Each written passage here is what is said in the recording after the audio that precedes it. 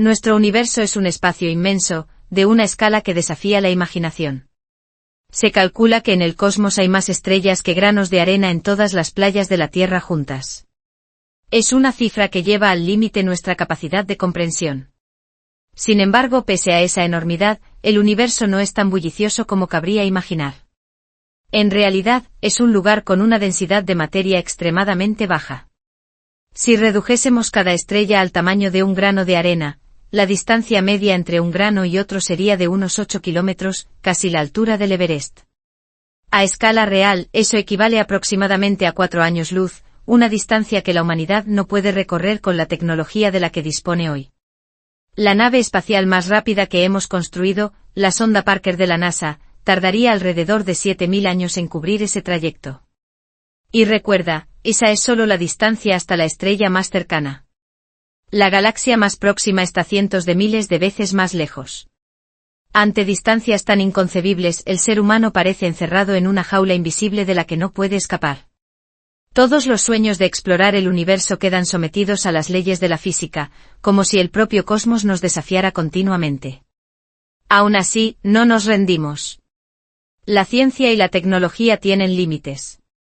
La imaginación, no. Apoyándonos en las teorías de la física y echando mano de la imaginación, esta nave a la que vamos a seguir en nuestro relato tiene la capacidad de llevarnos hasta el mismísimo borde del universo. Este viaje estará lleno de preguntas fascinantes. ¿Qué nos ocurriría a bordo de una travesía así? ¿Qué podría esperarnos en el supuesto límite del cosmos? Se ruega a toda la tripulación que se prepare. La nave despegará en unos minutos. Comienza el viaje hacia el confín del universo. Antes de nada, presentemos nuestra nave. Es una nave espacial que supera todo lo que la humanidad ha construido hasta ahora, porque nace de la imaginación. Puede acelerar con una aceleración ligeramente superior a la de la gravedad terrestre y mantenerla durante un tiempo indefinido. Para quien no lo sepa, la aceleración de la gravedad se representa con la letra g y tiene un valor aproximado de 9,81 metros por segundo al cuadrado. Una nave que se mueve con una aceleración constante de 1 gramo gana 9,81 metros por segundo de velocidad por cada segundo que pasa. En nuestro caso, la nave del relato acelera a 10 metros por segundo al cuadrado. Cuando terminemos de pronunciar esta frase, habrán pasado unos 40 segundos desde el despegue, de modo que la velocidad ya rondará los 400 metros por segundo y seguirá aumentando. Dejemos a un lado la cuestión técnica de cómo podría una nave real mantener esa aceleración de forma indefinida. Aceptemos que al menos en esta historia puede hacerlo. Además, la nave es capaz de soportar cualquier tipo de radiación y cualquier impacto que pueda encontrar en el camino. Al principio es probable que te sientas algo tenso. Puede que no tengas muy claro cómo es la vida a bordo de una nave espacial. Depende mucho del tipo de nave. En la nuestra, la experiencia es bastante cómoda. Con una aceleración cercana a 1 gramo, no flotarás en el aire como en tantas películas de ciencia ficción. La gravedad artificial en el interior es similar a la de la superficie terrestre. La vida cotidiana transcurre con normalidad. Una nave que acelera de forma continua empieza con modestia, pero la velocidad se acumula con el tiempo. Aproximadamente 2 horas y media después del despegue, dejamos atrás la Luna. 1 día y medio más tarde, Marte queda también atrás. Y tan solo 3 semanas después de la salida, ya hemos abandonado el sistema solar. En ese momento, la nave viaja a más de 65 millones de kilómetros por hora, alrededor del 6% de la velocidad de la luz en el vacío. Es muchísimo más rápido que el Apolo 11 en su viaje a la Luna, pero todavía no lo bastante como para que la relatividad especial de Einstein tenga un efecto realmente dramático. Conviene recordar este detalle porque más adelante será importante. Nada más dejar atrás el sistema solar, ponemos rumbo a la estrella más cercana a la Tierra. Puedes buscar información sobre Alpha Centauri si quieres situarte mejor. Conforme nos acercamos, la luz de ese sistema estelar se vuelve más intensa, mientras el Sol se reduce a un simple punto apagado en la ventanilla. Durante casi un año no ocurre nada especialmente llamativo. El tiempo parece deslizarse sin sobresaltos. Lo único que cambia es la velocidad, que sigue aumentando día tras día. Hablar en tiempo real con familiares y amigos en la Tierra se vuelve imposible. Las señales de radio tardan demasiado en ir y volver. Aún así, la soledad se mitiga un poco con las noticias, la cultura, el deporte y los avances científicos que continúan llegando desde la Tierra, aunque con cierto retraso. Han pasado 15 meses desde el inicio del viaje. La tripulación celebra haber rebasado la marca de un año luz de distancia. Sorprende, pero es real. Ya hemos completado una cuarta parte del trayecto hacia Alpha Centauri. En términos de tiempo, sin embargo, hemos recorrido un tercio del viaje, porque cuanto más se prolonga la fase de aceleración, más aumenta nuestra velocidad. Hemos cruzado también otro umbral importante. El factor de Lorentz ha superado el valor 2. ¿Qué es exactamente el factor de Lorentz? Según Wikipedia, es un factor que describe cómo se deforma el espacio-tiempo a medida que aumenta la velocidad de un objeto y se representa con la letra gamma. En la fórmula correspondiente, gamma es el factor de Lorentz, v es la velocidad del objeto y c es la velocidad de la luz. Este factor está en el origen de las consecuencias directas de la relatividad especial, de la que acabamos de hablar hace un momento. La teoría afirma que cuanto más se aproxima la velocidad de un objeto a la velocidad de la luz, más se acorta su longitud en la dirección del movimiento y más se dilata el tiempo en su interior con respecto al tiempo medido por un observador externo. En nuestro ejemplo, para los observadores en la Tierra han transcurrido 15 meses desde el lanzamiento. Para los miembros de la tripulación, la sensación es que ha pasado menos tiempo. La relatividad especial de Einstein empieza a tener un efecto muy notable en la nave y en quienes viajan en ella. Según los cálculos, nos alejamos de la Tierra al 87% de la velocidad de la luz.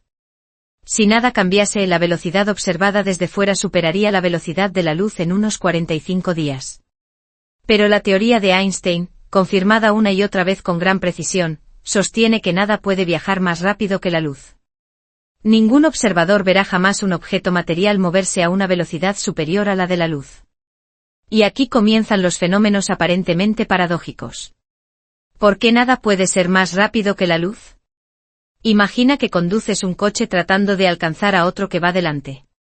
Verás que se desplaza más despacio de lo que marca su propio velocímetro, porque su velocidad y la tuya se restan. Si el coche de delante va a 100 km por hora y tú a 90, se alejará de ti a solo 10 km por hora. Con un haz de luz ocurriría algo muy distinto. Aunque tú te acercases a la velocidad de la luz, el rayo seguiría alejándose de ti exactamente a la velocidad de la luz. Es decir, unos 300.000 km por segundo. La velocidad de la luz es constante y no depende ni del movimiento del observador ni del de la fuente que la emite. Si esa velocidad es fija, quienes se adaptan son el espacio y el tiempo. El grado de cambio es precisamente lo que mide el factor de Lorentz. Eso es, justo ahora, lo que está sucediendo con nuestra nave. Los observadores terrestres la ven tardar más en llegar a su destino de lo que indica el reloj a bordo. Cuando el factor de Lorentz supera el valor 2, cambia incluso la manera en que perciben nuestra aceleración. Desde la Tierra ya no parece que sigamos acelerando a 1 gramo. Esa aceleración aparente se va reduciendo poco a poco hasta que la nave se aproxima al límite de la velocidad de la luz. Cuando se dice que nada puede ser más rápido que la luz, se habla desde ese punto de vista externo. Para ti y para la tripulación, nada de eso se percibe como extraño. La nave continúa acelerando. En el marco de referencia de a bordo, hace ya tiempo que hemos trascendido la velocidad de la luz con respecto al resto del universo. Se nota sobre todo al mirar por la ventanilla. La luz del sol se apaga mucho más rápido de lo que cabría esperar. Es como si al aproximarnos a la velocidad de la luz, nos fuésemos separando del resto del espacio-tiempo. Pero no podemos seguir acelerando sin límite. No disponemos de energía infinita. Más tarde o más temprano tendremos que frenar, detenernos y descender sobre algún destino para explorarlo. Frenar también exige cantidades enormes de energía. Por eso planificamos el viaje de modo que la nave empiece a desacelerar con una aceleración de menos 1 gramo, reduciendo su velocidad 10 metros por segundo cada segundo, hasta quedar en reposo. Para hacerlo bien, iniciamos la fase de frenado exactamente en la mitad del trayecto. Volvamos al plan inicial. Hemos llegado ya a Alpha Centauri, a unos 4,45 años luz de distancia. Un rayo de luz emitido desde la Tierra tardaría 4,4 años en alcanzar este lugar. En nuestra nave, sin embargo, solo han pasado 3 años y medio. No hay ningún truco contra la relatividad. Vista desde la Tierra, la travesía ha durado 6 años. Podemos quedarnos unas semanas explorando un planeta de este sistema. Luego regresamos a la nave y emprendemos el viaje de vuelta. El retorno es un reflejo casi exacto de la ida. Aceleramos a 1 gramo hasta la mitad del camino y después frenamos suavemente, de nuevo a -1 gramo, hasta llegar a la Tierra.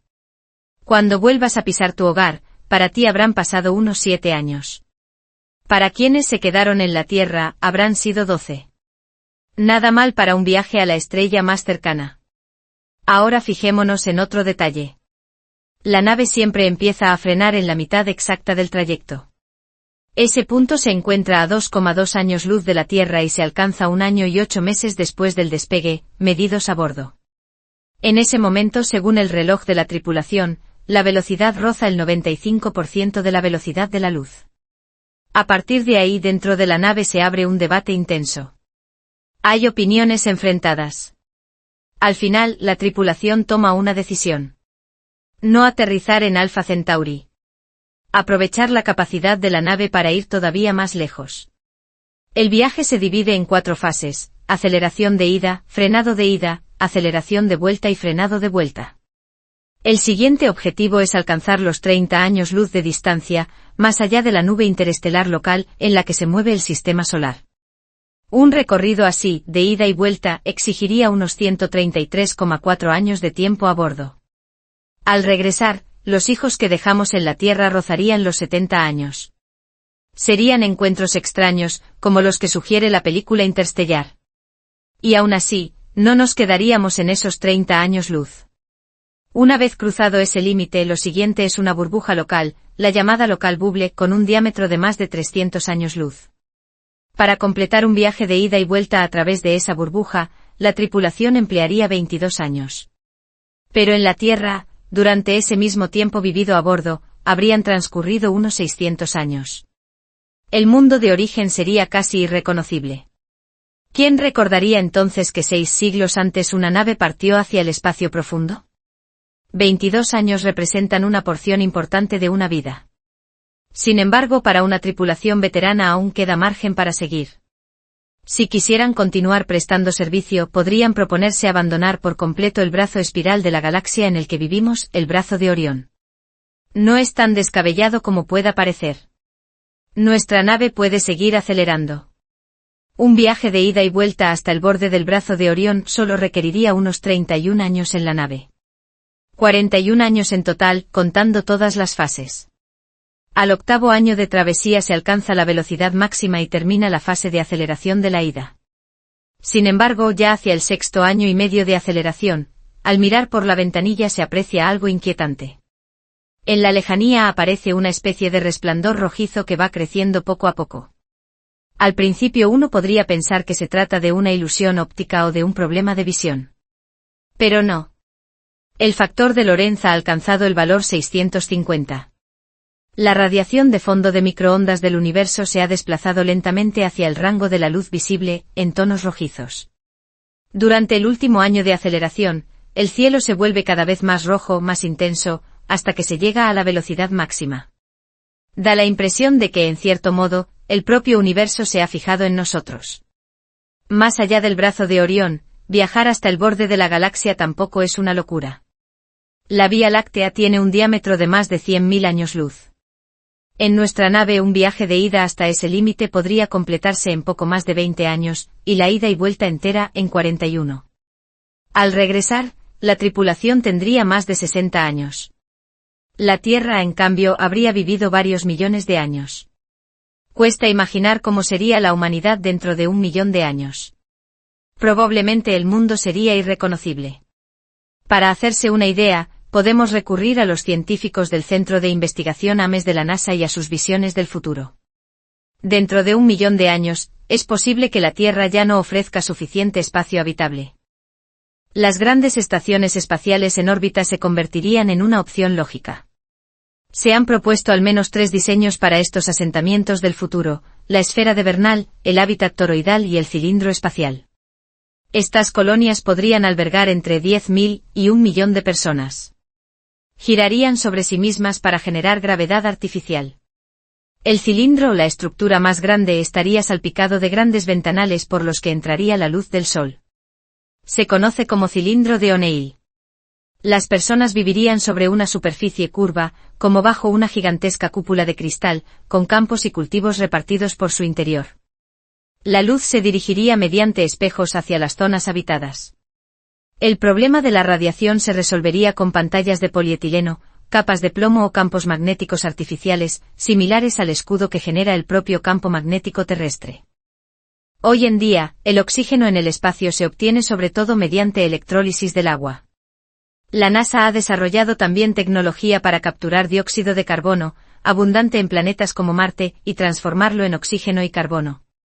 Algunas cuevas lunares con una temperatura agradable cercana a los 17 grados centígrados podrían utilizarse como refugios naturales para futuras bases permanentes. Hace poco, investigadores de la Universidad de Bangor, en el Reino Unido, han desarrollado una fuente de energía capaz de alimentar instalaciones en la Luna durante largos periodos. Se trata de una pequeña célula de combustible nuclear de unos 12 por 18 centímetros, conectada a un microgenerador nuclear. Este tipo de tecnología podría hacer que los viajes espaciales fuesen más seguros y eficientes, y abrir la puerta a un suministro energético estable fuera de la Tierra. Con un horizonte de 1 millón de años, es razonable pensar que todas estas ideas se habrán perfeccionado hasta ofrecer una vida confortable en el espacio. Cuando regresáramos de nuestro viaje imaginario, el mundo que encontrásemos sería, con toda probabilidad, aún más sorprendente que cualquiera de estas visiones. Los planes para vivir fuera de la Tierra, ya sea en el espacio o en planetas cercanos, ya han comenzado. La NASA trabaja con impresión tridimensional para construir casas en la Luna a partir de su propio regolito. El objetivo es tenerlas listas hacia el año 2030 y que personas corrientes puedan habitarlas. En 2022, la agencia llevó a cabo la primera misión Artemisa, el primer paso del nuevo programa lunar. La nave dio varias vueltas en torno a la Luna y regresó a la Tierra sin incidentes. La segunda misión Artemisa llevará a bordo a 4 astronautas en un viaje de unos 10 días alrededor de la Luna, previsto para noviembre de 2024. La tercera misión Artemisa 3 tiene como objetivo llevar de nuevo seres humanos a la superficie lunar. Estaba programada para 2025, aunque algunos retrasos han obligado a reajustar el calendario. La Luna no es el destino final. En los planes de la NASA aparece sobre todo como una escala, un lugar donde repostar y preparar el salto hacia Marte. En Texas, la agencia lleva a cabo experimentos de convivencia en instalaciones que imitan las condiciones marcianas. 4 voluntarios viven durante un año como si ya estuviesen en Marte, probando sistemas y rutinas. Mientras tanto, SpaceX, la compañía de Elon Musk, desarrolla sus propios planes para llevar colonos directamente a Marte. Por ahora, todo esto sigue siendo en gran medida teórico. Hay demasiadas incógnitas como para saber cómo será de verdad el mundo dentro de 1 millón de años. Los habitantes de esa tierra lejana podrían hablar lenguas totalmente distintas de las actuales. El diario de viaje de nuestra nave se vería como un documento antiguo, testimonio de una civilización brillante y desaparecida. Superar los 60 años de edad quizá marque el límite para parte de la tripulación, pero algunos podrían vivir más. Con 15 años adicionales y un total de 56 años a bordo, todavía sería posible completar un viaje de ida y vuelta a otra galaxia, Andrómeda. Perderíamos compañeros por el camino, pero veríamos con nuestros propios ojos otra galaxia. De vuelta a la Tierra, habrían pasado unos 5 millones de años. No es imposible que si algo saliese mal, nosotros fuésemos los últimos representantes de la especie humana. Aún así, el planeta podría parecer más vivo que el día en que partimos. La biodiversidad habría tenido tiempo de recuperarse hasta niveles anteriores a la aparición del ser humano. Los arrecifes de coral volverían a cubrir los mares. Las grandes ciudades habrían desaparecido, devueltas poco a poco a la naturaleza. Si quisiéramos ir más allá de Andrómeda, tendríamos que recurrir a técnicas radicales para prolongar la vida. Hay varias líneas de investigación que apuntan en esa dirección. Científicos de la Clínica Mayo han logrado aumentar en un 35% la esperanza de vida de ratones sin causar efectos secundarios graves. Si se aplicase una mejora similar a los seres humanos, la esperanza de vida media mundial podría pasar de unos 71 años a unos 95. El secreto está en eliminar las células envejecidas que ya no pueden dividirse. La técnica también retrasa la aparición de enfermedades asociadas al envejecimiento, como trastornos cardiovasculares, insuficiencia renal o cataratas. Las células senescentes aparecen en todos los tejidos con el paso del tiempo: piel, músculos, órganos internos. Cuando soportan demasiada tensión, dejan de dividirse. La senescencia celular actúa como un freno de emergencia que impide que células dañadas sigan multiplicándose. Eso reduce el riesgo de cáncer, pero deja en el cuerpo células que ya no cumplen correctamente su función. Mientras somos jóvenes, el sistema inmunitario elimina buena parte de esas células dañadas. Con la edad, esa capacidad disminuye. Las células viejas se acumulan, alteran el funcionamiento de los órganos y contribuyen al deterioro del organismo. Muchas de estas células están asociadas a enfermedades graves como la insuficiencia cardíaca, la artritis, el Alzheimer o distintos tipos de cáncer. Con el objetivo de mantener el cuerpo libre de estas células en la vejez, los investigadores han creado ratones modificados genéticamente que producen una proteína llamada caspasa, clave para destruir células defectuosas. La caspasa se activa en respuesta a otra proteína, P16, producida precisamente por las células envejecidas. Los científicos regulan este mecanismo mediante un fármaco específico. A los ratones de mediana edad se les administran 2 inyecciones por semana durante el resto de su vida. Los resultados son llamativos. Cuanto más viejos son los animales, mayor es el beneficio. Su esperanza de vida aumenta entre un 17 y un 35%, y llegan a la vejez en mejor estado que los ratones no tratados. Aún así, el tratamiento está lejos de ser perfecto. Algunas células senescentes persisten, especialmente en el intestino y el hígado, y provocan daños difíciles de controlar. El siguiente objetivo es encontrar la forma de eliminar también esas células. Trasladar todo esto a los seres humanos será mucho más complejo que hacerlo en ratones.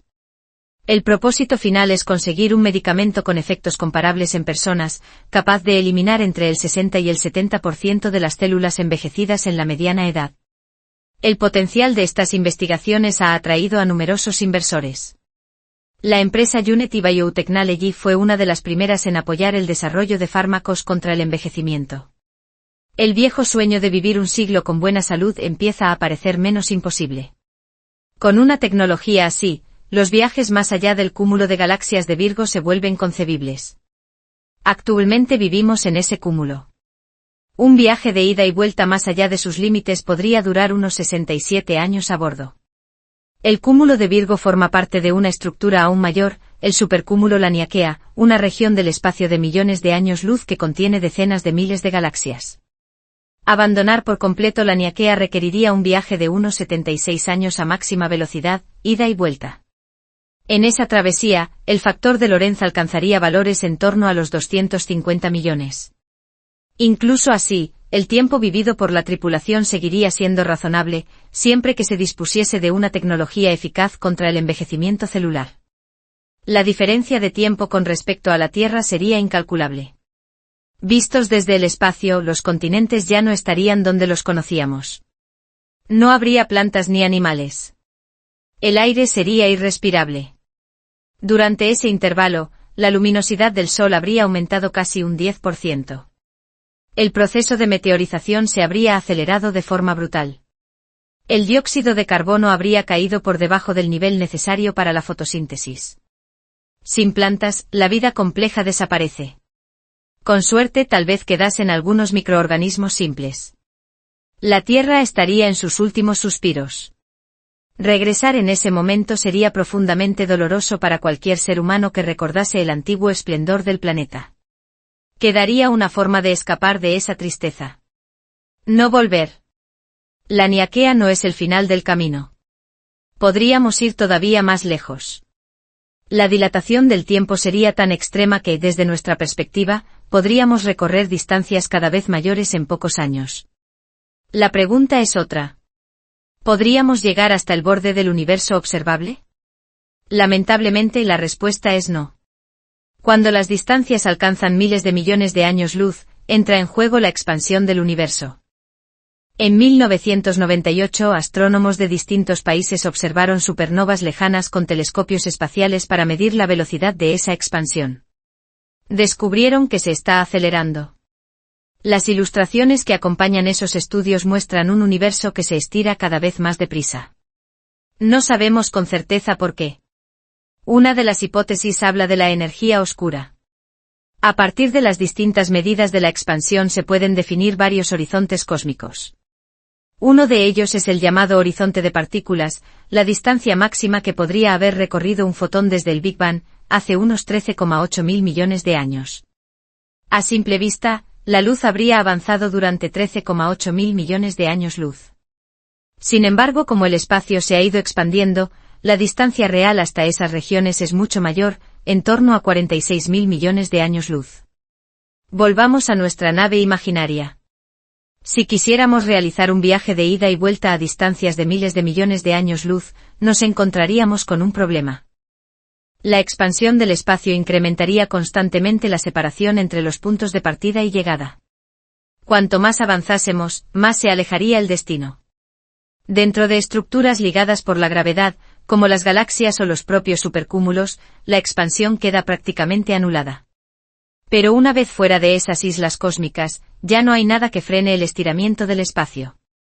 Aplicando las ecuaciones correspondientes, se obtiene un límite. Un valor en torno a 8,3 mil millones de años luz. Ese sería el último horizonte al que podríamos llegar si quisiéramos regresar. Más allá de esa distancia, nos quedaríamos atrapados para siempre. La tasa de expansión del universo superaría con creces la velocidad de la luz. No habría forma de desandar el camino. Y entonces llega la jugada final de esta partida de ajedrez cósmica. ¿Volverías? ¿O aceptarías un viaje solo de ida? ¿Qué habría más allá de esos 8,3 mil millones de años luz? La respuesta hoy por hoy es sencilla. Nada a lo que podamos acceder.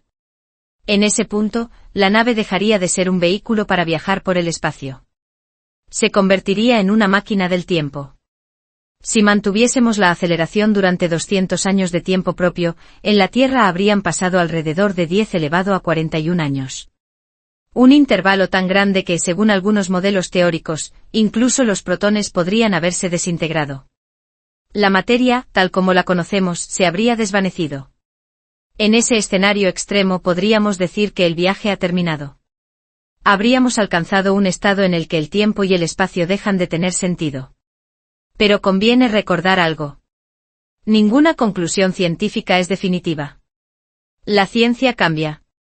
Hace solo unos siglos mucha gente creía que la Tierra era plana y que el Sol giraba a nuestro alrededor. Quizá en el futuro unos cuantos avances basten para que el universo nos parezca mucho menos misterioso. Hemos llegado al final de este viaje imaginario. Queda una última cuestión. Si todo acaba disolviéndose en la nada, ¿tiene sentido esforzarse por explorar el universo? ¿Sirve de algo? Tal vez esa pregunta deba quedar en manos de quienes dedican su vida a investigar. Ellos conocen mejor que nadie las razones profundas de su trabajo. En lo personal, es posible que la humanidad nunca llegue a realizar un viaje como el que hemos descrito aquí. Pero hay algo que sí sabemos. Siempre hemos tenido la ambición suficiente para llevar nuestra civilización un poco más lejos. Para lograrlo, la exploración del universo no es un lujo. Es una necesidad. Y con esto, por cuestión de tiempo, damos por concluido este relato. Gracias por acompañarnos hasta el final. Hasta la próxima. Que tengas un excelente día en compañía de los tuyos.